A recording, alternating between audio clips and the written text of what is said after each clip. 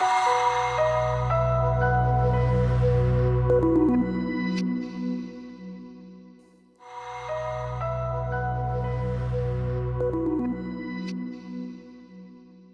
everybody and welcome to this new episode of BTG Talks. My name is Aurora Olave and I'm the Executive Director of Sofofa. And I have the privilege to be talking today here with Salim Ismail. Salim is a man who's passionate about entrepreneurship, business, and innovation. He's an award-winning strategist and has gained a lot of recognition worldwide while studying trends about exponential technologies and disruptive innovation. And most importantly, how these trends have reshaped the way we work today. He was talking this morning at BTG Latam Focus 2019. Welcome, Salim. Thank you for having me.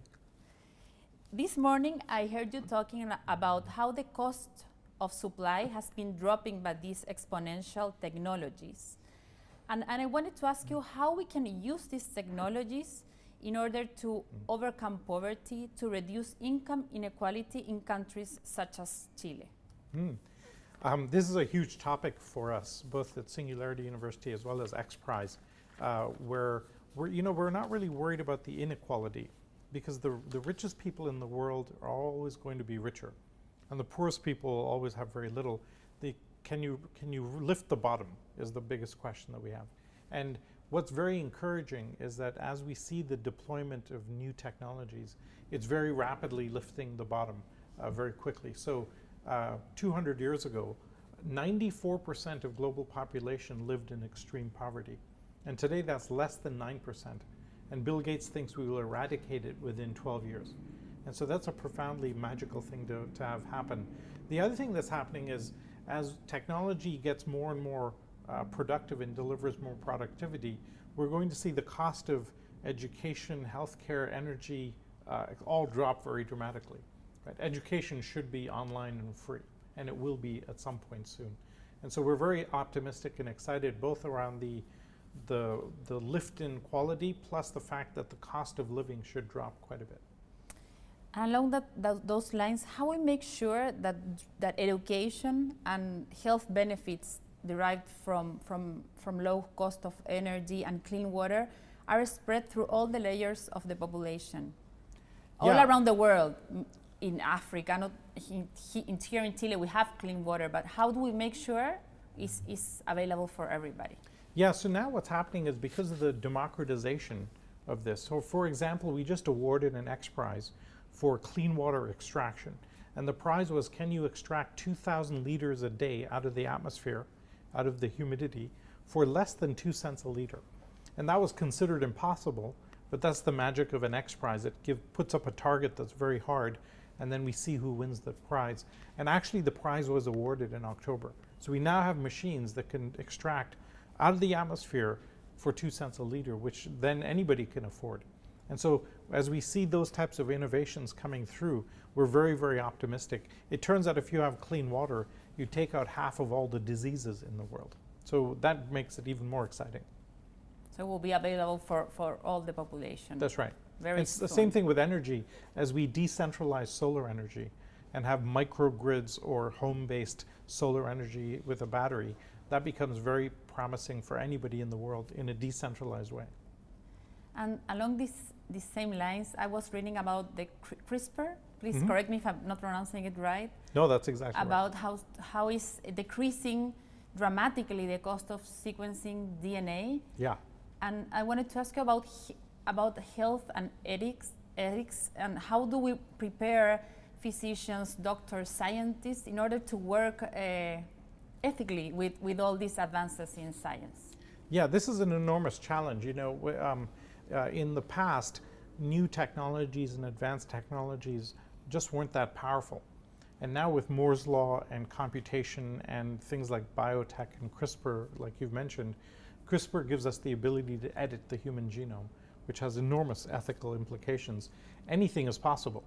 And so how do we convey the ethical and moral implications of these technologies is one of the biggest challenges we face. And as part of the work that happens at Singularity University, we've had discussions with the Vatican as to how do you form new moral and ethical frameworks around this concept. But on the plus side, because of CRISPR, we can now treat 10,000 monogenic diseases that we couldn't treat before. And so we can edit HIV out of somebody's cells directly. We believe that we'll be able to handle cancer in the next 5 to 7 years with technologies like CRISPR. So that's magically incredible on a positive side, but there's also the downside. So you have to weigh the benefits and all the bad side of it that can happen. And we, throughout history, technology can be powerful or negative, right? If I have fire, I can heat my house and I can burn down your house. Which do I choose? And the question is, how do you extract the promise rather than the peril? And that's the big challenge we have as a species. And with this disruption and technologies advancing so quickly, like never before, how do we think as a society we can prepare politicians, institutions to run this world accelerating so fast? Yes, this is in fact the biggest structural problem that we have today. Technology is moving much faster than our ability to constrain it, manage it, or even understand it, as you say. And it's one thing, every time I see our faculty make a prediction, we're too slow. It happens much faster. And that's our faculty. And so there's very little hope for the rest of the population. Today, if you're building a product or service based on today's technology, by the time you get to market, you're out of date, right? Or if you're doing a master's degree in one of these topics like biotech or advanced robotics or neuroscience, literally today, by the time you finish your master's degree, you're out of date. Because the technology is moving faster than our ability to teach it, right? Which is a structural issue, and we have to solve that problem. And how do we prepare for that? Well, I think one way besides anticipating, and then you anticipate and you're already in the new technology, how as a society, education and... Yeah, so we have to do two things. One thing we found is we have to understand the framing of this, and one way we found to do that is understand the law of accelerating returns, or Moore's law is an example, where we notice that once you base something with an information-based paradigm, you start a doubling pattern. Drones are doubling every 9 months in their capability, for example. Solar energy is doubling every 22 months in its capability. And so when you see the doubling pattern, you can ride that wave and see where it'll go. The second and harder part is to get our legacy environments ready for this. And the big challenge that we have today, and what I'm working on today, is how do you solve what I call the immune system problem? If you try anything disruptive, the antibodies attack you. Right? You could have the best and most amazing outcome and idea or technology for education, the teachers will fight it. Right? You try and update transportation and you have the fight between taxi and Uber, or the fight between bankers and Bitcoin. And so this tension is there across the board, and we have to solve that problem. And regarding the immune system, I heard you have talked a lot about that. How can we deal with that in our Congress, with our politicians, where the immune system is the public policy that has been written for many years? What advice can you give to our Congress or to our politicians in order to work and avoid this immune system and be at Spitzer? So we've actually found ways and techniques of doing this. So we work with a nonprofit that runs programs in major problem spaces. So for example, we just ran a project with the President of Colombia and the Supreme Court to redo the justice system in Colombia by re-evaluating the justice system. And you have to bring all the stakeholders together and run a program where they understand what's possible, and then you let them go. In general, most Congresses, parliaments, governments are not able to deal with this. And that's the bad news. The good news is that technology is just routing around them. So if they don't regulate it in the right way, it goes right around them. For example, the European Central Bank just came out and said, we cannot regulate cryptocurrencies. Just flat out said they can't. Because to do that, you'd have to actually shut down the internet, which is too important for commerce now. And so the technology is democratizing so powerfully. Think about Uber. Uber is successful by deliberately breaking the law, leapfrogging the public acceptance, and waiting for policy to catch up. Right? It's not very pleasant, but it's working for them. If they waited till government and policy would be waiting forever. Right? So you think politicians are becoming aware of this? Aware, or will in the short term? Aware, and there's a very powerful motivation now where For example, the state of Nevada in the US was one of the first to authorize autonomous cars, right? And today, a huge amount of R&D and product development for autonomous cars happens in Nevada because they authorized it first. Chile, for example, has enormous mountains, and the use of drones for ambulance functionality, cargo, et cetera, would be incredible. And so whoever authorizes and starts that process would get a huge amount of R&D and benefit from it. Thank you. Changing a little bit the subject, I like this phrase you mentioned in Forbes when you say, when failure is not an option, you end up with an incremental and safe innovation without radical disruptive advances. Now getting you to our country, we live in Chile where like personal and professional success is extremely correlated to perfect performance, where there's no room for failure. I wanted to ask you, how do we teach our business leaders in big corporations that in order to have these disruptive innovations, you have to let your employees fail, try and fail? You can have, like in Google X, you were mentioning that they have at the edge this group that constantly disrupts. I'm not talking about that group, but I'm talking a little bit inside the organizations, that not everything has to be perfect, that you have to bring new ideas to the table. Yeah, in fact, in Amazon, for every team in Amazon, they measure how many experiments did you run this quarter, how many succeeded, how many failed. If you're not running enough experiments and not enough are failing, your bonus gets affected. So they want you to fail, because how do you learn if, okay, let's try this pricing model, let's try this delivery schedule, let's try this product placement idea. And if you're not constantly learning, and if you think of the best colleagues and employees anybody has in a company, it's those that are learning the fastest. Now to learn, you have to actually test and see if it works or doesn't work, etc. Right? My favorite story around this is Google. When Larry and Sergey were trying to get funding for Google, there were already a dozen search engines. They had to make 350 investor presentations before they got funding. Right? So they failed 350 times to get investment until they finally got funded. Now, what if they'd stopped at 340? And how many others had stopped earlier? Right? And this is what's magical. Success comes from just not saying no. And what's unique about Silicon Valley and why it's successful is we relate to failure as experience. Here and in most parts of the world, if you build a business and you fail, you're a failure, right? And I get very angry at that. You know, when I look at it as a child playing the piano. When a child sits down to play the piano the first time, they're terrible. And we don't say you're terrible, don't ever play. We say keep practicing. But when an entrepreneur builds a business and fails, something must be horribly wrong. You should never fund that person again. And what's unique is if you talk to the successful entrepreneurs in Silicon Valley, every single one of them has their 3 or 4 or 5 failures before they hit gold. And that's what needs to happen. And there's ways around it, but you have to go for it. You have to fail sometimes. You have to fail sometimes. And what I recommend in places like Chile is to say, I would have an awards contest. And every year, pick the 3 entrepreneurs that took the biggest risk and failed, and put them on TV, give them a huge prize, have them shake hands with the president, and reward the taking of risk. And if you make it a cultural pattern, then people say, oh, you know what, it's not so bad to take risks, let's try it. That's a good idea. Thank you so much. I would be happy to partner with you on that. Thanks. And I wanted to tell you about a project that we have. So I'm the executive director of SOFOFA. SOFOFA is the biggest traditional business organization in Chile. We have about 4,000 companies from all across sectors, and it's all over Chile, like from the north to the south of Chile. And we have been working for several months to do a hub, as we're calling it SOFOFA Hub, and it's actually trying to connect the challenges of these big corporations that are our partners with entrepreneurs, science, research centers from Chile and from all over the world. We have been traveling and trying to connect them and to create an innovation ecosystem. We don't have this ecosystem in Chile.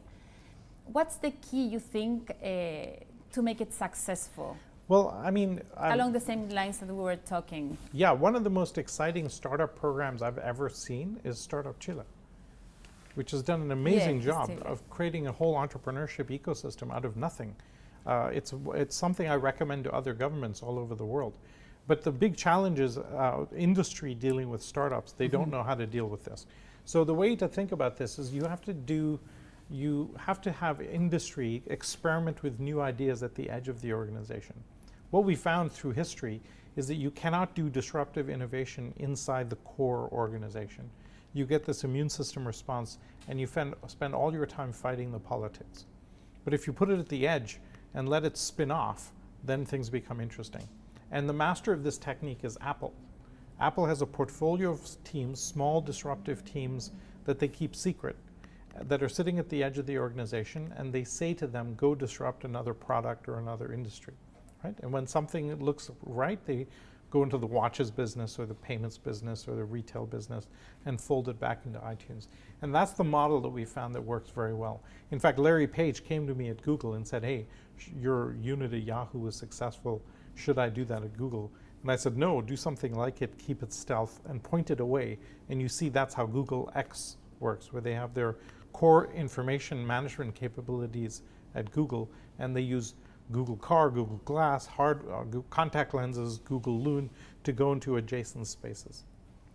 You mentioned Yahoo. You worked in Yahoo in this internal incubator called Brick House. That's right. I was the head of innovation. You were the head of innovation over there. You felt the immune system was attacking you because it was not at the edge, Yeah. like Google X. That happened to you. It was very frustrating. It was frustrating for everybody because you try and do anything.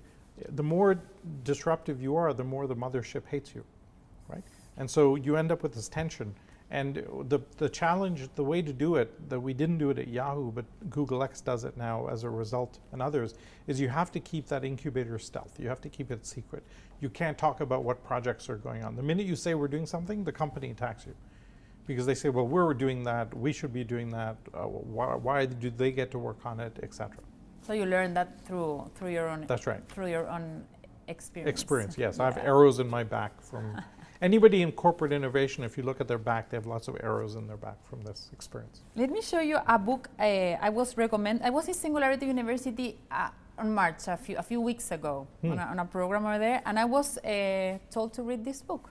I don't know if you have read it, Super Intelligence by Nick Bostrom. Right. And it actually affirms that if machine brains surpass these human brains, it will be called super intelligence and will be super powerful and can be very destructive or dangerous. Yes. Dangerous.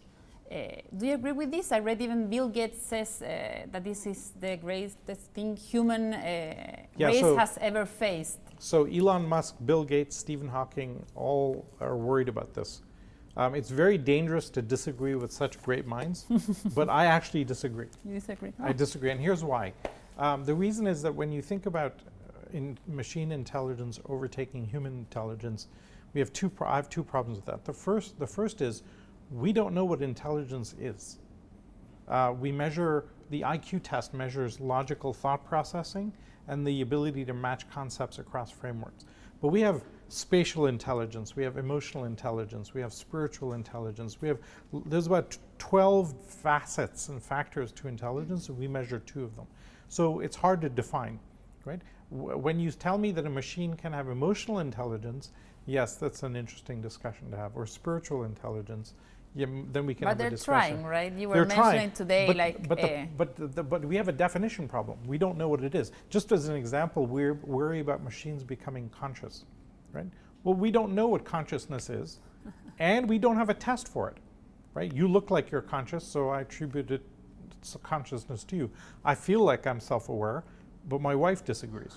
So where do you even start with the discussion? So we have a big definition problem around this. The second problem, I think, is what constitutes overtaking? The minute a machine or a robot, the minute I can describe a task prescriptively and say, here's how you do this task, a robot or AI is going to be much better at it than I am, right? So I actually argue that AI and technology make us more human rather than less. Because if I can automate more, I can apply myself to thinking creatively, applying intelligence across different frameworks, pattern matching in different ways, humor, creativity. All of these are very, very human things, and the automation of basic tasks allows us to do that. Our education systems for the last few hundred years have dumbed us down to be like robots, right? All our education systems, yes, you will be an accountant and you will reconcile this, chart of accounts, and you spend your time being a robot. And now what's happening is with technology, we can again become human. So I'm much more optimistic than most people. I like it so much, your explanation. Thank you. Okay. I read on Twitter. I hope I'm right. Hopefully, yes. Yeah, hopefully. I read on your Twitter account that you're not so optimistic about American politics. Can you comment on that? I read this on your. Oh yeah, no, I'm very account. optimistic. You know, we have 2 or 3 big challenges. The one is it seems that representative democracies don't work. Certainly don't work in big countries, because you've got too many people trying to do too many different things. And we invented representative democracies when information was scarce. If you were in Washington, D.C. a few hundred years ago, you had no idea what was happening in California. The speed of a horse was as fast. So you invented a democracy where people would come twice a year and say, here's what my people are thinking, and you could vote. And in a world that doesn't change very fast, democracy works totally fine. But in a world that's changing week to week to week, you don't have time to update the population. You don't have time to bring them all along in the thinking. You have to make decisions very, very quickly. I was fascinated by, during both the European financial crisis and the American financial crisis, all power is given to a technocrat outside the democratic process, and you just hope that he does the right thing. And so democracies tend to make the right decisions, but they take a long time to get there. So we have some structural issues.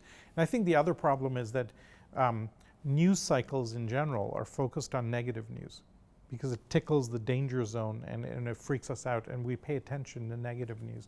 We're 10 times more likely to pay attention to negative news than positive news. So then everybody gets more and more crazy trying to get more and more page views, and you get more and more negative. And then people start believing that all Mexicans are going to come and take over the US or whatever, and they vote based on that, and you end up with Brexit, or you end up with Trump, or so on. And the rise of populism around the world is this. You look at Netanyahu getting elected in Israel, he's basically pounding a drum saying, oh my God, the Islamists are going to come and get us, and freaking everybody out, and that's what wins votes. It's not the right thing to do, but it's what you do to win. And therefore that's not sustainable in the real world, because then those policies end up damaging the country, not helping it. How can we focus in the good news? How are we going to shift to that? We have to be more evidence-based and more balanced around how we process it. So for example, when you first hear about the Google car, the immediate amygdala reaction is, oh my God, that car might kill somebody, let's ban the car, right? Because people don't like to be killed by robots. We'd much rather be killed we'd much rather be killed by drunk people, which is what happens today, right? I was talking to the mayor of Miami, and he told me the minute Uber came in, deaths from drunk driving dropped 50%. Right? And we don't talk about that. We talk about, oh my God, the Uber drivers are a little hard they're blocking traffic here and there.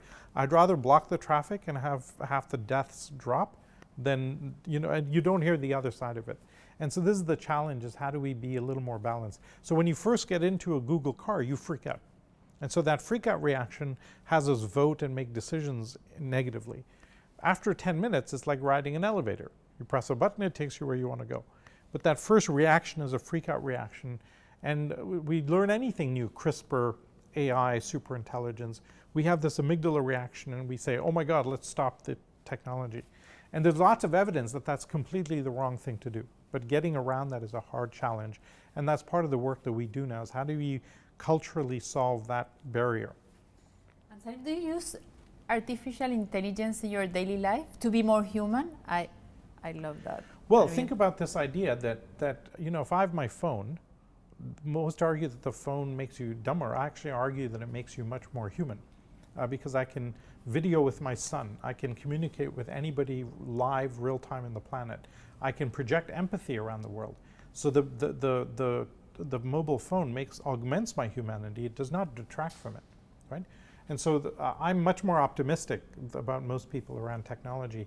And with healthcare advances and so on, we're living magically more amazing lives than 20 years ago, 40 years ago, 60 years ago. And in another 20 years, it'll be more amazing. And Peter writes about this in his book, Abundance, and shows that we are actually getting to an incredibly magical place. The minute you have free energy, you have free desalinization, the cost of food drops dramatically, the cost of transportation drops dramatically. And so all these amazing things are coming.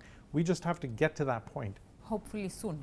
Hopefully soon. And the challenge is soon. we don't, but think about this idea. With solar energy, the poorest countries in the world are actually the sunniest countries in the world.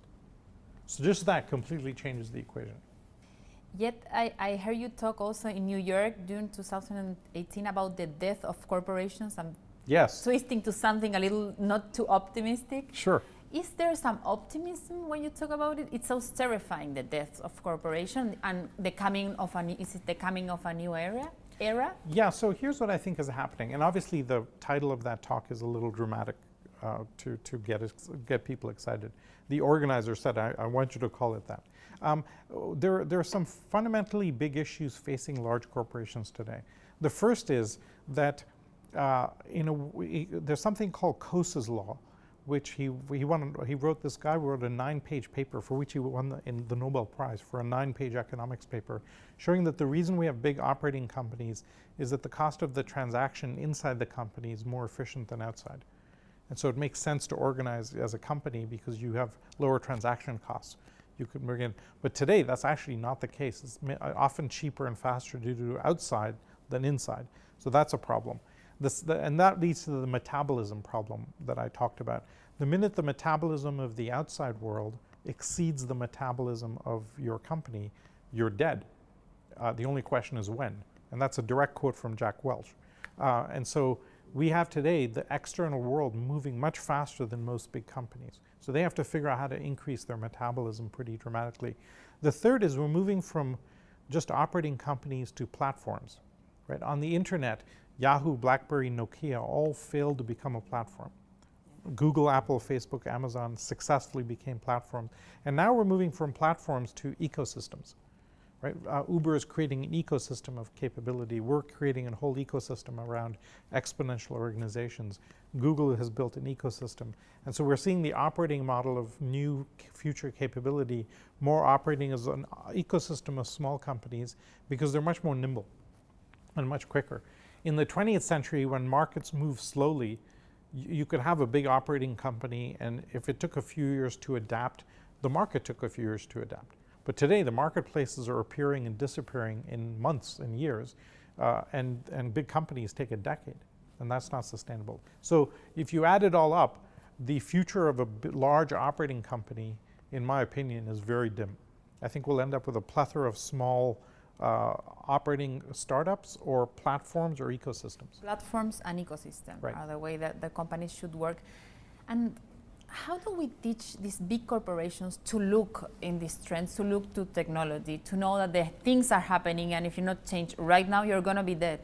Yeah. How do we teach our business leaders? Well, the good news is now we're starting to see the model bite, where the results of big companies are starting to tank. Right? GE is having huge problems. All the big retailers in the US are a mess, et cetera, et cetera. And so as people start to see that, there's a huge monetary need to really start thinking very differently. And so in areas like mining or oil and gas, where I have huge capital expenditure needed, fine, it'll be a little more protected. But in almost every other case, it's not. Right? It's inconceivable to the car industry that Elon can just start up a car company and off you go. It's inconceivable for them. And that's the challenge, the fact that they can't see that that's possible. And actually even deny it to today. Right? And so this is the enormous difficulty. And they have to wake up and realize that this is the case. And what we do is we give them practice in this. We say, go launch your own startups on the edge and learn what's happening in the outside world. And that becomes your future. And so the results are amazing, right? The results are amazing. We do two things. We say to big companies, do not do disruptive innovation internally. Do it at the edge of the company, facing into Nestle spinning off Nespresso is actually a great example. For years, they tried to run it as a line of business, and it failed. And then finally, they put it as a separate company, and boom, it's a $6 billion line of business. And so that's one model. And the second part is to update the metabolism and run what we call an EXO sprint or something similar, where you transform the immune system inside a big company. That's what you do in the organization that you're running. That's right. And we've actually open sourced it. Procter & Gamble has received a huge amount of value. Interprotección, the largest insurance company in Mexico, has doubled their revenues and tripled their profits by running this process. This sprint process. The sprint process. And so it becomes our thesis is every one of the global 5,000 has to go through this process, with or without us, because every company has an immune system problem. Have you had any Chilean companies joining this program? Not yet, but we're early yet. We will invite them, yeah, Sure. we definitely should.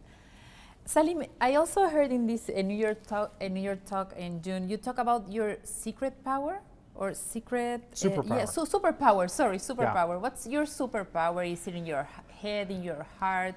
I think mine is that for the 1 week program that you went to at Singularity University, I've been running that for 7 years.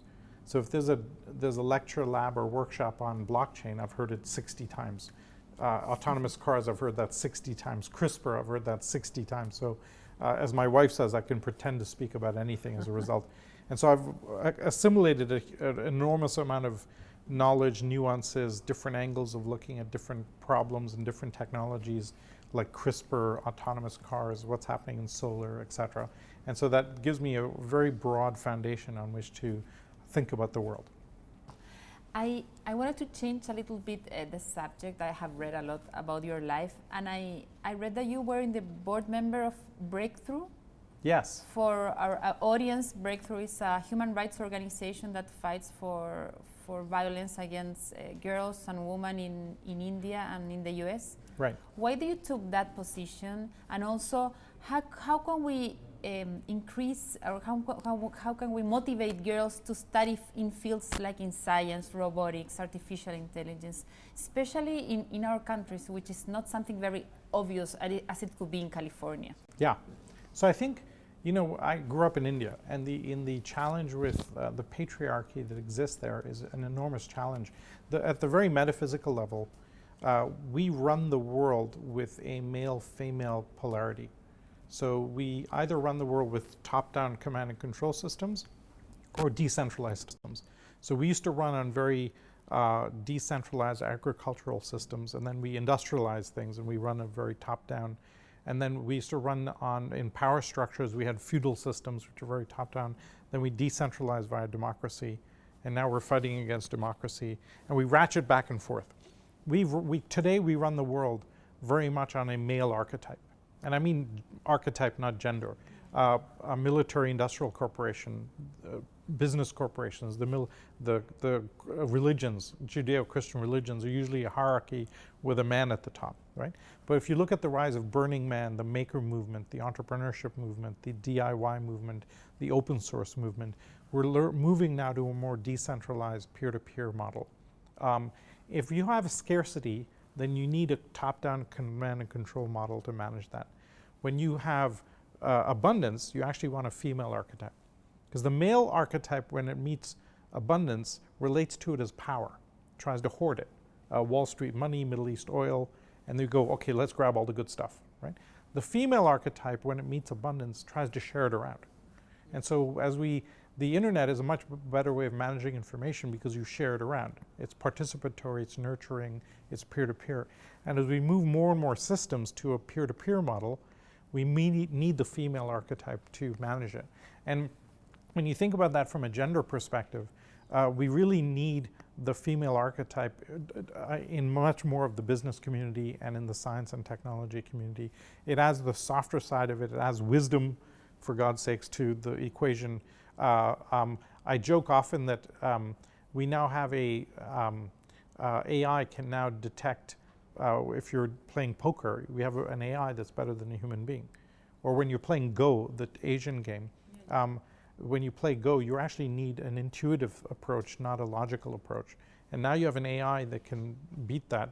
So we now have an AI that can model women's intuition almost, which is very exciting in a weird kind of a way. So I think as we move technology forward, it has to acquire that feminine aspect to it to balance out. The world is way too male in its archetype today. So there's incentive for girls to study all these fields in robotics and artificial intelligence. Yeah, and if nothing else to balance the equation, but more importantly, the opportunity is there, right? There's unbelievable opportunity in what we can do with technology going forward. And it's very, very exciting to see. For example, in education, we are totally 100% clear that the best way to solve poverty and inequality, like you talked about earlier, is to educate young girls. That's the only way and the best way to do that. And so as we get to more of that, then we have enormous possibilities in the world. Can you share some thoughts about our country and these women participating on the labor force? Here in Chile, we have extremely low numbers for women being part of board of directors, CEOs, and even on the C-suite. I think it's 7.3%, and worldwide is 17%. And right now we are debating in politics, public policy, to have a quota. Yeah. To have quotas in order to increase that representation. Do you agree with these quotas? Do you think this is the way to go, like in position, like you have to? I think quotas are one way, because if you need to solve the problem and you can mandate it, great. But there's a much better way, which is the sheer economics of it. So we have very clear evidence that a board of directors that's only male will be worse than a board of directors that has mixed gender. A male-woman mixed board will outperform a male board by 26%. So companies that have mixed gender on their boards outperform companies that have only men on the board by 26%. Well, this is absurd. And so there's a really easy way to think about the world. We have very clear quantification on what that means around that thing.